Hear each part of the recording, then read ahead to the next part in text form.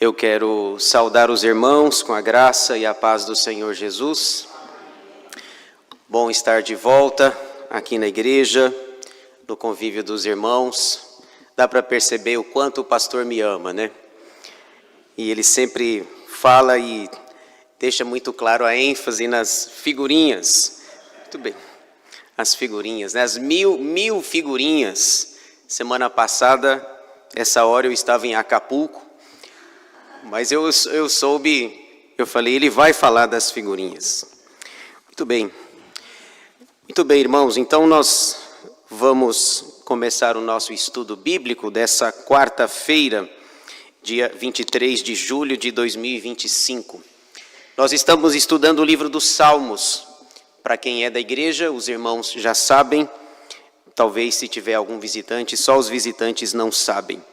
Aliás, a gente brinca sobre as figurinhas, mas elas ajudam bastante. O recurso visual ajuda bastante na compreensão. Seja figura, no domingo na escola dominical, o livro dos Atos dos Apóstolos, o mapinha das viagens missionárias ajudam bastante. Então, as figurinhas têm o seu valor. Abra sua Bíblia aí, já no livro dos Salmos. Eu quero começar com uma breve recapitulação. Na quarta-feira passada, o pastor Nelson estudou 2 salmos com os irmãos. Os salmos 33 e 34. Eu dei esse tema aqui, esse não é o tema dele, esse é o meu tema. Eu pensei nesse tema aqui para ajudar a Sandra na descrição, na edição do vídeo que ela faz posteriormente. Eu sugeri esse tema aqui nos Salmos 33 e 34, estudado pelo pastor na semana passada. A exaltação dos atributos de Deus, Salmos 33 e 34. Veja só, em linhas gerais, o que o pastor falou, pelo menos a pincelada que eu dei nesses 2 salmos, o Salmo 33 apresenta Deus como sendo o Criador. Além de poderoso, de soberano, Deus é Criador. E o Salmo 34 apresenta um Deus bondoso. Deus é bom.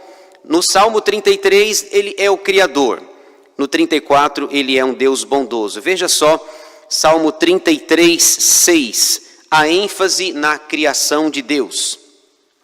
Os céus por sua palavra se fizeram, e pelo sopro de sua boca o exército deles.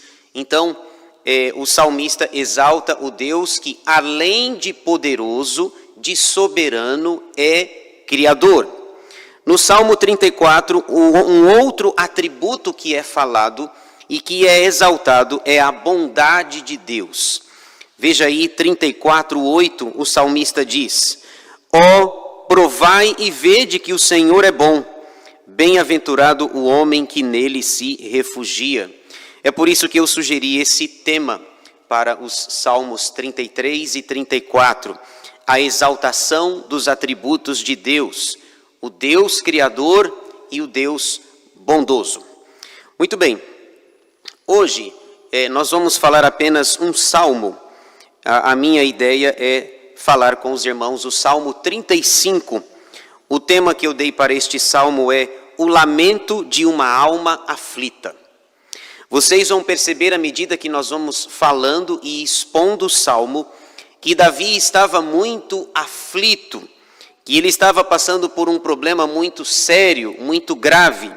É por isso que esse salmo é considerado, ele tem 28 versículos, a gente vai ver os detalhes que estão envolvidos aqui, mas uma boa frase que eu encontrei, um bom tema para este salmo seria o lamento de uma alma aflita.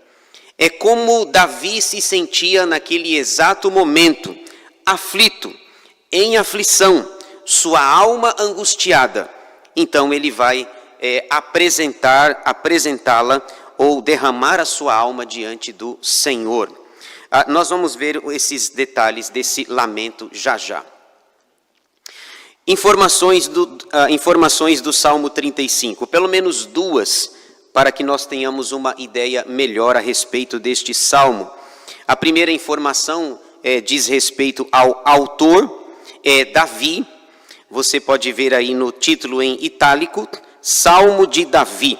Tem dois títulos, né? O título em negrito, Castigo dos Adversários, que é uma sugestão da SBB, Sociedade Bíblica do Brasil, e também esse título em itálico, Salmo de Davi. Então, aqui fica estabelecida para nós a autoria. O segundo detalhe, ou a segunda informação, tem a ver com o contexto. Quando nós descobrimos o contexto da passagem, fica mais fácil a nossa compreensão. Agora veja só, não sabemos exatamente em que contexto, em que momento da vida especificamente Davi escreveu esse salmo. Se eu pudesse dar um palpite pelo que eu li e estudei do salmo, eu chutaria que ele está num momento de perseguição. Ele não fala exatamente o que estava acontecendo, mas nós temos uma pista que ele dá aqui mesmo no Salmo. Veja só, no versículo 3, nós temos uma pista do que estava provavelmente acontecendo com ele. 35:3 diz: empunha a lança e reprime o passo aos meus perseguidores. Dize a minha alma, eu sou a tua salvação. Então, essa palavra perseguidores nos sugere, nos indica o pano de fundo ou o momento histórico em que Davi estava, em que ele faz esse lamento. E a gente sabe pela vida dele, ele não teve uma vida fácil, ele tinha muitos adversários, inimigos, perseguidores.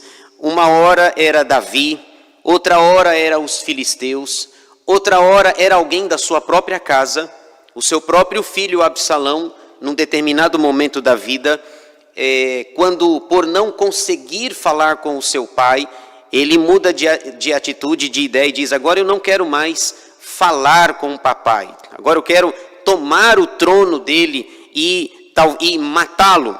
Davi é preciso sair do seu palácio. Então, possivelmente, fugindo dos seus adversários. É curioso, por exemplo, que Davi morre aproximadamente com 70 anos de idade.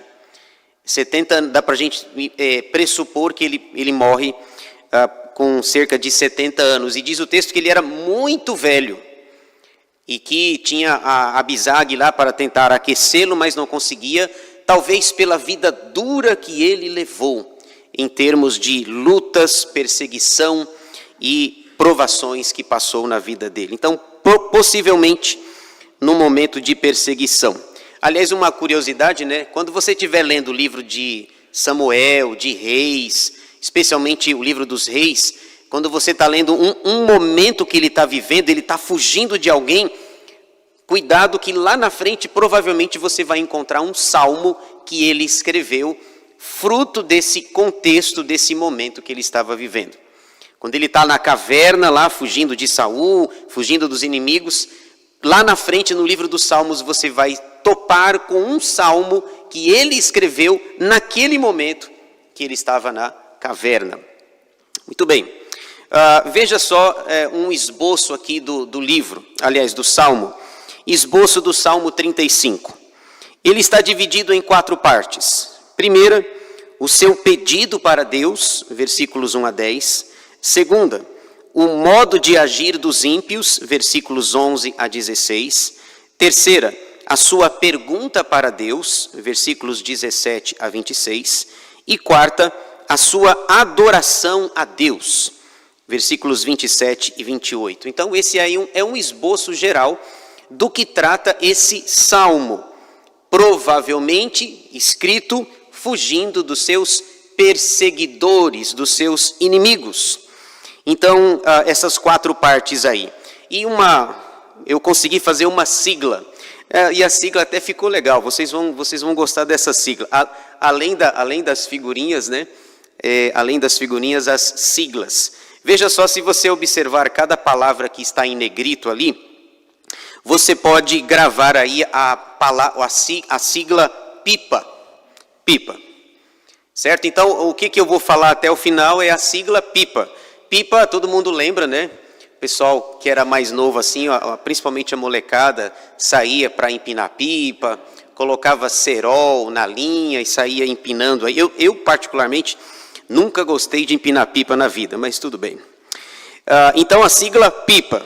Veja só, P de pedido, I de ímpios, P de pergunta e A de adoração. Então, no final, do que trata o Salmo 35, trata da sigla PIPA, ok? Então, talvez vai ajudar, se você quiser colocar na sua Bíblia aí a sigla PIPA, no futuro você talvez lembre. Vamos ver então aí cada uma dessas 4 letras da sigla PIPA até o final do Salmo. Primeira parte, a letra P, né, o primeiro P aí, o seu pedido para Deus, versículos 1 a 10. Vamos ler aí, vamos lendo à medida que vamos expondo. Versos 1 a 10 diz assim: Contende, Senhor, com os que contendem comigo. Peleja contra os que contra mim pelejam. Embraça o escudo e o broquel e ergue-te em meu auxílio. Empunha a lança e reprime o passo aos meus perseguidores. Dize a minha alma, eu sou a tua salvação. Sejam confundidos e cobertos de vexame os que buscam tirar-me a vida. Retrocedem e sejam envergonhados os que tramam contra mim. Sejam como a palha ao léu do vento, impelindo-os o anjo do Senhor. Torne-se-lhes o caminho tenebroso e escorregadio, e o anjo do Senhor os persiga. Pois sem causa me tramaram laços, sem causa abriram cova para a minha vida. Venha sobre o inimigo a destruição, quando ele menos pensar, e prendam-no os laços que tramou ocultamente. Caia neles para sua própria ruína, e minha alma se regozijará no Senhor, e se deleitará na sua salvação. Todos os meus ossos dirão, Senhor, quem contigo se assemelha? Pois livras o aflito daquele que é mais forte para ele, o mísero e o necessitado dos seus extorsionários. Então, o que nós temos aqui nos versículos 1 a 10, em linhas gerais, ou em apenas uma palavra, é a palavra pedido.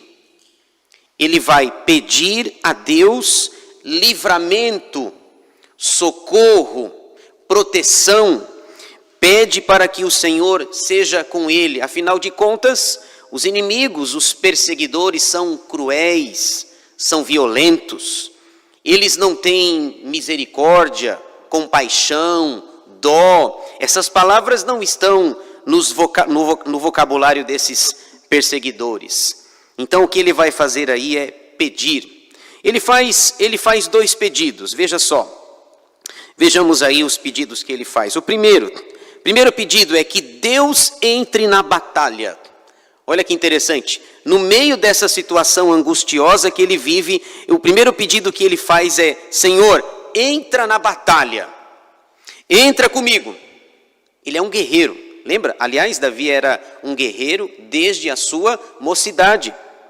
Quando um filisteu apareceu, o Golias, ameaçando todo mundo, e o texto diz que ele vinha todos os dias, de manhã e à tarde, durante 40 dias. Portanto, se ele vinha de manhã e à tarde, 40 dias, ele afrontou o exército de Israel 80 vezes. 40 dias, 80 vezes. E todo dia ele aparecia, e não tem um homem aí não? Não tem alguém que possa lutar contra mim? E o texto falava que todo mundo ficava aflito, com medo, 1 Samuel 17. E Saul, que era o homem mais alto do exército, um homem grande, alto, ele se escondia até que Davi se apresenta para lutar com Golias. E é curioso que eu já medi mais ou menos o tamanho de Golias. Golias tinha 2,92 metros de altura. É surreal o negócio. Quase 3 metros de altura. Se você pegar as medidas lá, os côvados, transformar em metros, centímetros, dá 2,92 de altura. E o texto diz que ele tinha um escudeiro na frente dele, que provavelmente não conseguia cobri-lo com essa altura toda. E eu acredito que o Davi tinha 1,60 m, mais ou menos. Olha, é uma luta totalmente desigual. Eu até fico feliz, é a minha altura mais ou menos, né? Para os inimigos eu falo que eu tenho 1,60 m. Para confundi-los na batalha. 1,60 m contra 2,92 m, e não é que o Davi foi vencedor? Então, Davi conhece, inclusive nos versículos de 1 a 3, ele usa expressões militares, falas, palavras, escudo, broquel, lança, são termos militares que ele sabe muito bem o que é. Depois que ele deixa de ser pastor, ele entra no exército, são termos e expressões do seu dia a dia. E o primeiro pedido dele é: Senhor, entra nessa batalha, entra na batalha comigo. Veja só, Senhor, o verso 1, as expressões militares ditas por Davi. Contende, Senhor, com os que contendem comigo, peleja ou luta contra os que contra mim pelejam. Embraça o escudo e o broquel, e ergue-te em meu auxílio, empunha a lança, e reprime o passo aos meus perseguidores. Dize a minha alma: eu sou a tua salvação.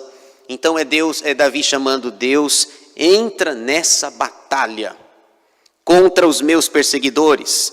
E a expressão hebraica lá, né, quando fala aquela expressão, o Senhor dos exércitos, Yahvé Tsevaot, entra na batalha. Deus, vem lutar comigo. É como se Deus fosse um homem e que fosse vestir uma armadura e que fosse entrar nessa batalha contra os seus perseguidores. No verso 2 usa essa expressão aí, broquel, né? Como eu não sou da área militar, eu não sei muito bem o que é isso. Então, broquel, coloquei ali, né? Broquel significa um escudo pequeno ou uma couraça. Portanto, esse é o primeiro pedido. Deus, entra na batalha. Seja Yahvé Tsevaot, o Senhor dos exércitos, vem lutar comigo. Tudo isso nesse lamento de uma alma aflita.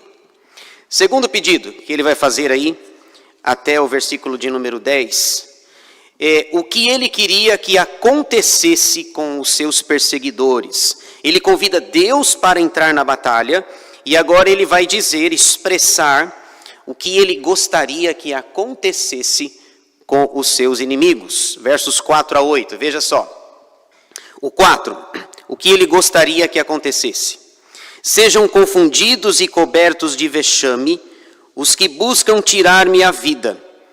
Retrocedam e sejam envergonhados os que tramam contra mim. Então ele começa a mostrar aí qual é o seu desejo. Se esse soldado entrar na batalha, que é Deus, Yahvé Tsevaot, o Senhor dos exércitos, então ele mostra o que gostaria. Que eles sejam confundidos, que eles saiam cobertos de vexame nessa batalha. E aqui ele nos versículos 5 e 6, ele diz assim: que os meus inimigos, que os meus perseguidores sejam perseguidos pelo anjo do Senhor. Veja aí nos versos 5 e 6. Sejam como a palha ao léu do vento, impelindo-os o anjo do Senhor. Torne-se-lhes o caminho tenebroso e escorregadio, e o anjo do Senhor os persiga. Que eles sejam perseguidos pelo anjo do Senhor. Quando a gente vê essa expressão na Bíblia, o anjo do Senhor, é bastante curiosa, porque você tem aqui, por exemplo, no salmo vizinho, o salmo que o pastor estudou semana passada, Salmo 34:7 diz assim, veja só, 34:7 também fala do anjo. O anjo do Senhor acampa-se ao redor dos que o temem e os livra. Então, o anjo do Senhor é a favor de Davi nessa batalha. E quando a gente fala sobre o anjo do Senhor, coloquei aquela referência para os irmãos. Lembram-se quando a Assíria estava ameaçando o povo lá de Israel? Diz o texto que um anjo só veio e matou 185 mil soldados assírios. Isso está lá em 2 Reis 19:35. Um anjo só, ele entra na batalha e ele mata 185 mil. E o rei da Assíria vai embora, envergonhado, para casa. Então o que Davi está dizendo, Senhor, que os meus perseguidores sejam perseguidos pelo anjo do Senhor. Outro detalhe sobre o anjo é que, às vezes, na sua Bíblia, se aparecer anjo com a letra maiúscula, tem anjo com letra minúscula, que é o caso aqui, e tem anjo com letra maiúscula. Se aparecer, provavelmente nós chamamos isso na teologia de uma teofania, é uma aparição de Jesus. O anjo do Senhor com letra maiúscula provavelmente é o Jesus pré-encarnado. E curiosamente, lá em 2 Reis 19:35, quando diz que aquele anjo do Senhor matou 185 mil soldados, lá está com letra maiúscula. Possivelmente uma referência ao Jesus pré-encarnado. Isso faz sentido porque lá no livro do Apocalipse diz que quando Jesus vier, ele tem uma espada que sai da sua boca, ele é poderoso, ele é soberano e ele derrota os seus inimigos. Então, anjo com letra minúscula é um anjo mesmo.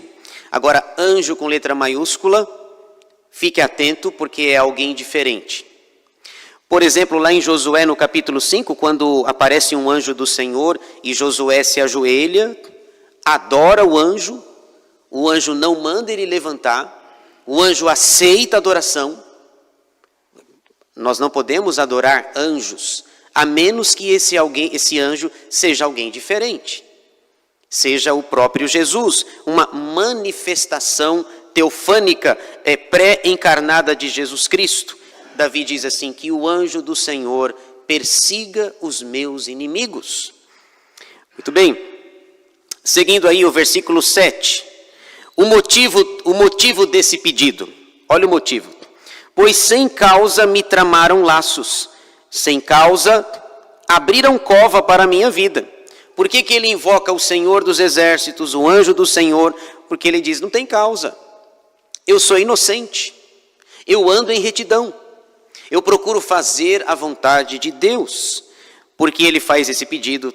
Porque na percepção dele não tem motivos para ele estar sendo perseguido. Verso 8. Que eles fossem destruídos. Venha sobre o inimigo a destruição, quando ele menos pensar. E prendam-no os laços que tramou ocultamente. Caia neles para sua própria ruína. Então, você vê essa palavra laços, significa armadilhas. E eu lembrei de alguém que fez um laço, eu coloquei ali só para usar como referência, né? Amã. Lembra do malvado Amã, lá no livro de Esther? Lá em Esther 7:9, no capítulo 7, diz que ele fez uma forca para pendurar nela Mordecai, a quem ele odiava. E na metragem lá, né, na metragem lá, uma forca de 22 metros de altura, para enforcar o seu inimigo, a quem ele odiava, Mordecai. Mas em Esther 7:9, diz que foi ele que foi pendurado lá. Ficou no lugar 22 metros de altura e ele lá pendurado. Me fez lembrar, por exemplo, de Saddam Hussein. Lembra de Saddam Hussein? O ditador lá do Iraque, que foi perseguido, depois começou a se esconder em cavernas, até que ele foi capturado e foi enforcado. Saddam Hussein, capturado em 13 de dezembro de 2006 e enforcado em 30 de dezembro de 2006. Os seus algozes, antes de abrir o alçapão, perguntaram qual seria a sua última palavra, e a última frase que ele disse foi: Alá é Deus e Maomé é o seu profeta. E abriram o alçapão e ele foi enforcado. Saddam Hussein, 30 de dezembro de 2006, véspera de ano novo daquele ano. Então, você percebe aí no verso 8, ele diz assim, olha, que eles caiam em seus próprios laços, em suas próprias armadilhas, como caiu Amã, o malvado Amã. Seguindo, a terceira parte aí é só uma conclusão, uma espécie de conclusão, como ele se sentiria se Deus fizesse o que ele está pedindo. Veja só. Versos 9 e 10, como ele se sentiria. Versículo 9, e minha alma se regozijará no Senhor e se deleitará na sua salvação. Todos os meus ossos dirão, Senhor, quem contigo se assemelha? Pois livras o aflito daquele que é demais forte para ele, o mísero e o necessitado dos seus extorsionários. Ou exploradores, numa outra versão. Como ele se sentiria? Alegre. Sua alma ficaria alegre. E no versículo 10, ele fala de uma reação pessoal ou interna. Como estaria o seu coração? E ele revela pelo menos duas coisas aqui. Primeira, ele internamente reconhece o poder de Deus nessa pergunta. Quem contigo se assemelha? Quem é como o Senhor, que é poderoso? Yahvé Tsevaot, que manda o seu anjo, que pode matar um só 185 mil soldados? Segundo, ele também reconhece que Deus dá livramento de quem é mais forte. Quando você lê o Antigo Testamento, você percebe que, numericamente, quando Israel vai para as batalhas, ele é inferior, tem menos soldados, mas eles têm um soldado que é o diferencial, o Senhor dos exércitos, Yahvé Tsevaot. Muito bem, vamos para a letra I. Caminhar mais um pouco aqui. A segunda parte aqui, já vimos o primeiro P, agora a letra I. Os ímpios, o modo de agir dos ímpios, como eles agem. Versículos 11 a 16. Olha o que eles fazem. Davi faz uma descrição do modus operandis, ou da maneira como eles agem. Levantam-se iníquas testemunhas e me arguem de coisas que eu não sei. Pagam-me o mal pelo bem, o que é desolação para a minha alma. Quanto a mim, porém, estando eles enfermos, as minhas vestes eram de pano de saco. Eu afligia a minha alma com jejum e em oração me reclinava sobre o peito. Portava-me como se eles fossem meus amigos ou meus irmãos. Andava curvado, de luto, como quem chora por sua mãe. Quando, porém, tropecei, eles se alegraram e se reuniram. Reuniram-se contra mim. Os abjetos ou pessoas sem valor, que eu não conhecia, dilaceraram-me sem tréguas, como vis bufões em festins, rangiam contra mim os dentes. Vamos falar alguns detalhes aqui. Dois detalhes. Ele mostra como os ímpios e ele agem. Aqui a gente vê uma espécie apresentada no Salmo 1, né? A diferença entre o justo e o ímpio. Lembra que o livro dos Salmos, lá no Salmo 1, começa com essa diferença clara. Como é que os justos agem e como é que os ímpios agem. São duas gerações que agem completamente diferentes. Veja aí, primeiro, como os ímpios agem. Versículos 11, 12, 15 e 16. Veja o 11. Eles levantam falsas testemunhas, diz o versículo 11. Levantam-se iníquas testemunhas e me arguem de coisas que eu não sei.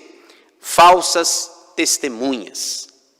Levantam mentiras, calúnias contra os justos. Versículo 12. Eles pagam o mal com o bem. Veja aí o verso 12. Pagam-me o mal pelo bem, o que é desolação para a minha alma. Pagar o mal com o bem. Jesus ensinou o contrário, não foi? Já passo para você. Jesus ensinou exatamente o contrário. Que nós devemos pagar o mal com o bem. Antes do Celso falar, nós vamos ler esse texto de Romanos. Olha o que Paulo fala sobre como nós devemos tratar os inimigos. Romanos 12, aí eu já passo para o Celso.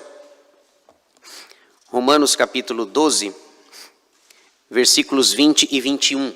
Isso daqui é muito difícil, gente. Isso aqui tem que ser crente mesmo para fazer isso aqui. Romanos 12, versículos 20 e 21.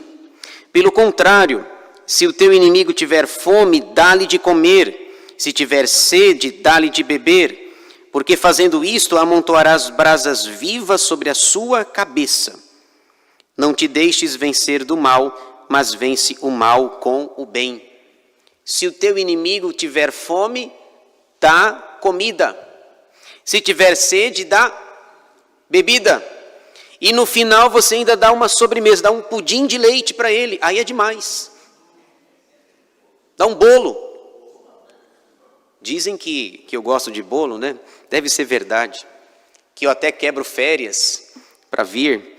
E faltam 10 dias, mas se tiver bolo ele vem.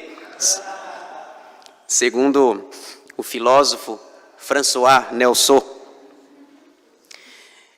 É difícil o negócio. E a comida não pode ser envenenada, viu? Não é para matar o inimigo não, viu? Pode pôr cebola para o inimigo. Pode pôr.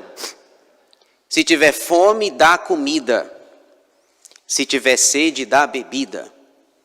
Irmãos, precisa ser muito crente para fazer uma coisa dessa, porque na verdade, no íntimo, lá no nosso coração, o que nós gostaríamos mesmo é que ele morresse. É ou não é? É mais ou menos. Você, para mim, é problema seu. É difícil. E Paulo diz assim, se você der a comida e a bebida, é como se você amontoasse brasas vivas sobre a sua cabeça. Tem que ter um coração de Cristo mesmo. Quem é que ora pelo inimigo?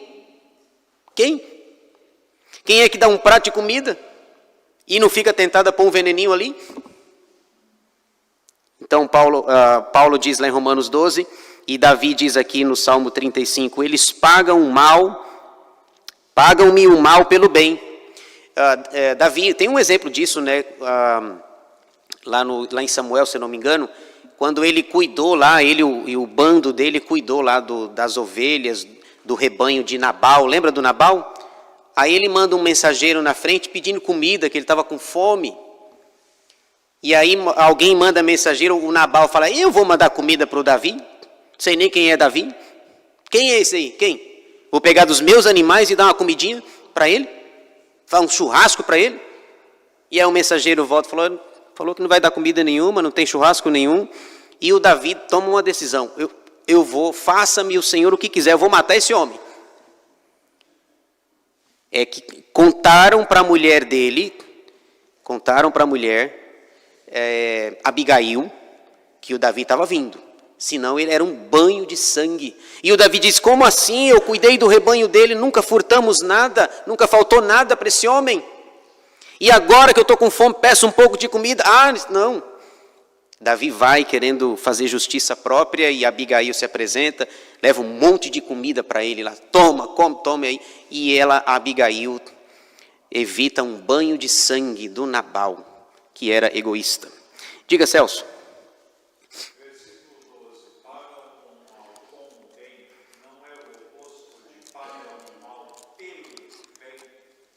Se é o oposto?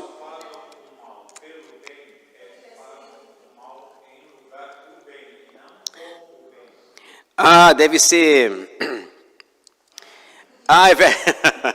É problema o computador lá, viu? Problema do computador. Ou da pecinha que estava atrás dele lá. Tá, não, é um problema, obrigado, Celso, é um problema de digitação. O texto, vamos seguir o texto bíblico original aqui, né? O versículo 12 é, pagam-me o mal pelo bem.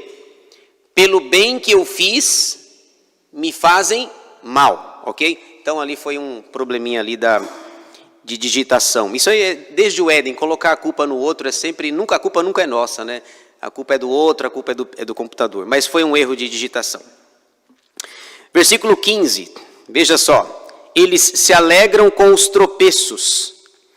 Pule aí, Quando, porém, tropecei, eles se alegraram e se reuniram. Reuniram-se contra mim, os abjetos ou homens sem valor, que eu não conhecia, dilaceraram-me sem tréguas. Como vis bufões em festins, rangiam contra mim os dentes. Só uma possível tradução, o significado dessa expressão aqui, né? Bufões em festins, provavelmente zombadores. Zombadores furiosos, que rangem os dentes, não satisfeitos com o meu bem. Ok? Agora, caminhando mais um pouco, agora como ele age. Opa, deixa eu ver se está passando aqui. Aí. Como ele age, como Davi age, veja só. Enquanto os perseguidores querem o mal, querem destruí-lo, olha o que Davi faz pelos adversários. Mais uma vez ele mostra a sua piedade. Versículo 13. Quanto a mim, porém, estando eles enfermos, as minhas vestes eram de pano de saco. Eu afligia a minha alma com jejum e em oração me reclinava sobre o peito. Portava-me como se eles fossem meus amigos ou meus irmãos. Andava curvado, de luto, como quem chora por sua mãe. Isso aqui é surreal. Porque os inimigos querem matá-lo, querem destruí-lo. E ele diz que ficava aflito quando soube que eles estavam doentes. Queria orar por eles. Esses perseguidores é como se fossem seus amigos, seus parentes, e como se ele estivesse de luto pela sua mãe. Talvez seja por isso que Davi é chamado de um homem segundo o coração de Deus. Eu coloquei um exemplo ali que aparece no slide, 2 Samuel 1:11. Pense como que você agiria. Davi recebeu a notícia lá em 2 Samuel 1:11 de que Saul morreu. Aliás, que Saul foi morto na batalha. O que você faria se você soubesse que quem tentou te matar durante anos foi morto? O Evaldo disse que soltava fogos. Se você vem lendo a narrativa e você fica sabendo lá de tudo o que aconteceu, ele recebe a notícia, mataram Saul. Agora eu vou ter paz, agora vai. Não, o texto diz que lá em 2 Samuel 1:11, que ele vestiu pano de saco, chorou, ficou triste. Não, por que, Davi? Por quê? Olha a piedade desse homem. Talvez por isso ele seja um homem segundo o coração de Deus. Ele recebe a notícia e ele chora, ele rasga as vestes. Mataram Saul, caiu um valente em Israel. Mataram junto com Saul, mataram também o Jonatas, o meu amigo. Ele ficou mal. Talvez nós iríamos comemorar. O nosso maior inimigo morreu. Não temos mais que nos preocupar com ele. Olha só, no versículo 13 ele diz, as minhas vestes eram de pano de saco. É a mesma coisa que ele faz quando ele recebeu a notícia que mataram Saul. As minhas vestes eram de pano de saco. Então, olha a diferença clara, como é que os ímpios agem e como é que os justos agem. Isso é para mostrar mais uma vez, olha, apontando para o Salmo 1, eu vou mostrar para vocês as duas gerações, como é que o justo age e como é que o ímpio age. Terceira letra, só para a gente, vamos avançar mais um pouco, é a letra P agora. Uma pergunta. Deixa eu avançar mais rapidamente aqui. Poxa vida, tem tanta coisa nesse salmo, viu? Eu pensei que ia ser rápido, mas eu prometo que eu termino já. Então, já vimos a letra P de pedido, a letra I de ímpios, agora vamos ver a letra P de pergunta. Uma pergunta que vai mexer com ele. Versículos 17 a 26. Eu vou lendo aqui, citando algumas coisas. Ele pergunta, até quando, Senhor? Ficarás olhando? Livra minha alma das violências deles, dos leões, a minha predileta. Dar-te-ei graças na grande congregação, louvar-te-ei no meio da multidão poderosa. Só um detalhe rápido aqui, né? Essa pergunta, até quando? Essa é uma pergunta até relativamente comum nos Salmos. Eu coloquei ali, aparece em azul ali, lembra do Salmo 13? Ele faz essa pergunta 4 vezes. Até quando, Senhor? Esquecer-te-ás de mim para sempre? 4 vezes no Salmo 13, versículos 1 e 2, ele pergunta, até quando? E aqui no versículo 17, ele pergunta, o Senhor vai ficar olhando? O Senhor vai ficar olhando? Não vai agir? Não vai intervir poderosa e soberanamente? Até quando, Senhor? E essa é uma pergunta que mostra que ele tinha liberdade para questionar, né? Também outro texto ali é Abacuque, HC é Abacuque, HB é Hebreus. Abacuque 1:2, o profeta Abacuque, um santo homem de Deus, vendo a ameaça babilônica invadir Jerusalém, ele pergunta a mesma coisa. Até quando, Senhor? Gritar-te-ei violência, e tu não me escutarás? Até quando? É o grito sincero, é a pergunta sincera de alguém que precisa do Senhor dos exércitos. Sigamos, verso 19 a 21. Que eles não se alegrem, é o pedido dele, que os inimigos não se alegrem, versículos 19 a 21. Não se alegrem de mim, os meus inimigos gratuitos. Não pisquem os olhos os que sem causa me odeiam. Não é de paz que eles falam. Pelo contrário, tramam enganos contra os pacíficos da terra. Escancaram contra mim a boca e dizem, pegamos, vimo-lo com os nossos próprios olhos. Então o pedido dele é que eles não se alegrem com a minha desgraça. Versículos 22 a 26, mais pedidos feitos para Deus. Tu, Senhor, os viste, não te cales. Senhor, não te ausentes de mim. Acorda e desperta para me fazeres justiça, para a minha causa, Deus meu e Senhor meu. Essa expressão do versículo 23, né? Acorda. Deus dorme? Deus dorme? Então, lembra que ele diz no versículo 17, até quando? O Senhor vai ficar olhando? O Senhor vai ficar olhando aí? Agora ele não é mais além, agora o Senhor vai ficar dormindo? Então o Senhor vai ficar olhando, vai ficar dormindo. Deus dorme, olha só, acorda e desperta. É claro que essa é uma linguagem metafórica, simbólica, para mostrar o lado humano de Davi, que Deus não estava agindo, mas ele estava. Até porque, se nós admitirmos que Deus dorme, primeiro que ele não é Deus. Segundo que contradiz o Salmo 121, né? Certo? A hermenêutica diz que um texto obscuro deve ser interpretado por um texto mais claro. E o Salmo 121:4 diz assim, eis que não dormita, nem dorme o guarda de Israel. E alguns até dizem que ela tem uma expressão interessante, né? Eis que ele não dormita.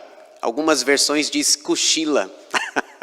Interessante, né? Deus nem dorme e nem cochila. Eu vou tirar um cochilo. O meu pai é assim, meu pai depois do almoço tem que deixar ele... Meu pai que esteve, vocês conheceram, né? O seu Francisco e tal. Os filhos de Francisco na casa da mãe Joana. Comendo tapioca. Segundo o François. Muito bem, então, Deus dorme? Não. Eis que nem dormita, nem dorme o guarda de Israel. Seguindo o verso 24. Julga-me, Senhor Deus meu, segundo a tua justiça. Não permitas que se regozijem contra mim. Não digam eles lá no seu íntimo, agora sim, cumpriu-se o nosso desejo. Não digam, demos cabo dele. 26, envergonhem-se e juntamente sejam cobertos de vexame os que se alegram com o meu mal. Veja, olha o caráter deles, né? Eles se alegram com o mal dos justos.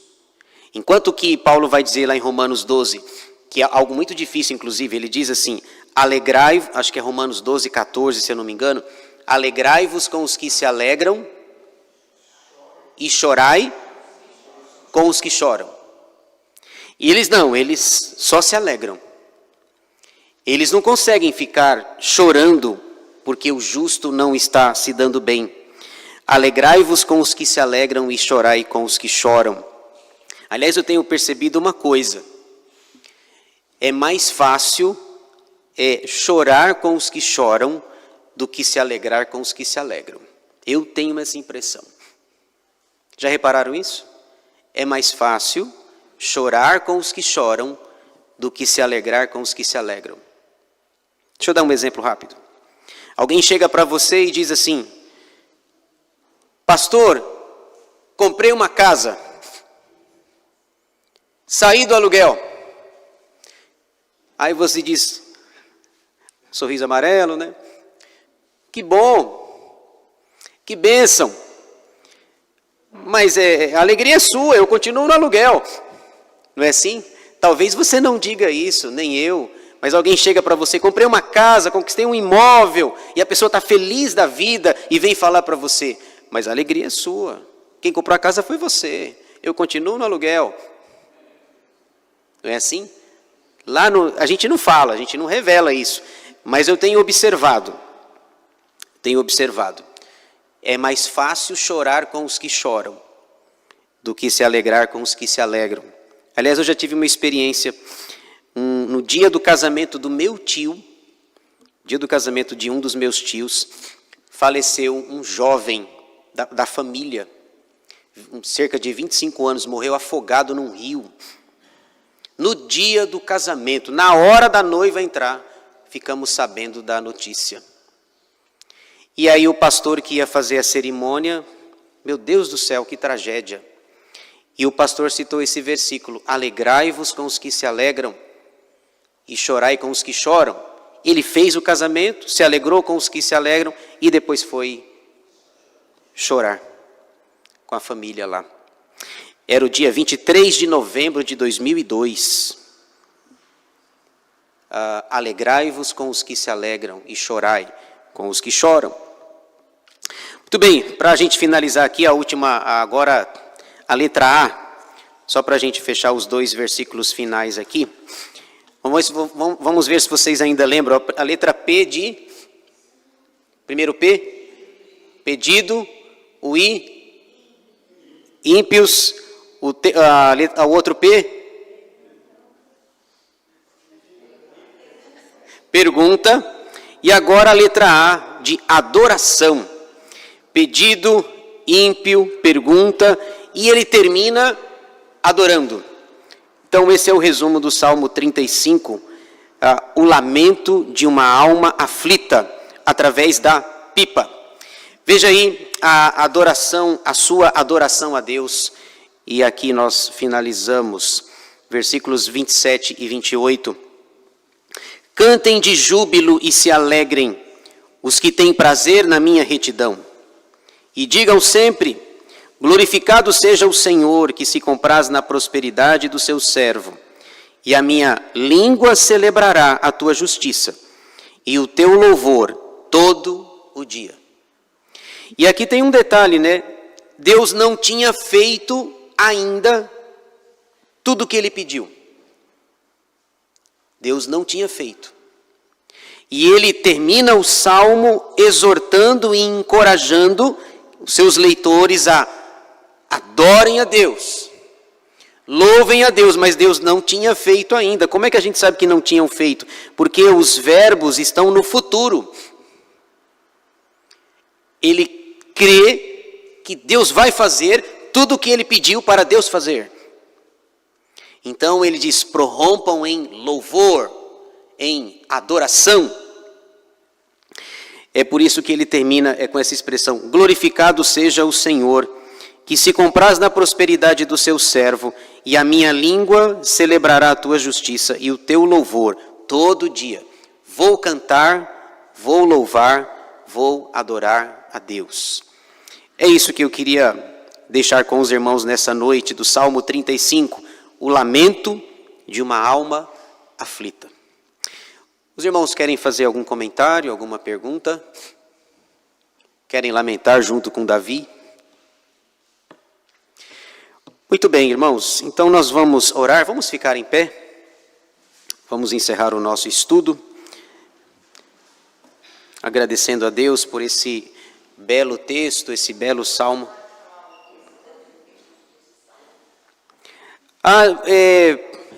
Como o nosso... é verdade, né? Só para colocar para os irmãos, a gente vai ter uma reunião e a gente não queria se estender muito. Só para, a pedido da Rosalina, vamos lá. Eu sempre coloco isso daqui, depois de tudo que a gente aprende, né? O que isso tem a ver com a nossa vida. Rosalina, até está faltando o slide da aplicação, né, Rosalina? Tá certo. O que podemos aprender do Salmo 35? Olha o que eu coloquei aí. Destacamos 4 lições importantes para nós, baseadas no Salmo. Primeira, Deus é aquele que concede vitória na batalha. O versículo 3 fala isso.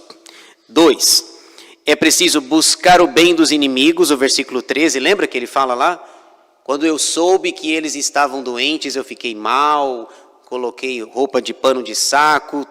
Então, ele buscou o bem. 3, pedir a proteção de Deus. O versículo 17 fala isso. Livra-me a alma da violência deles. Ele está pedindo com isso proteção. E o número 4, louvar a Deus pela sua justiça. Você percebe aí no versículo 28 que ele termina, ele diz, eu vou louvar a Deus porque Deus é justo. Ele está vendo o que os adversários fazem, o que os meus perseguidores fazem. Eu vou louvar porque Deus é justo. É isso, eu queria explicar isso em miúdos, mas basicamente é isso, Rosalina. De nada, estamos aqui para isso. Muito bem, vamos orar, então? Agradecer.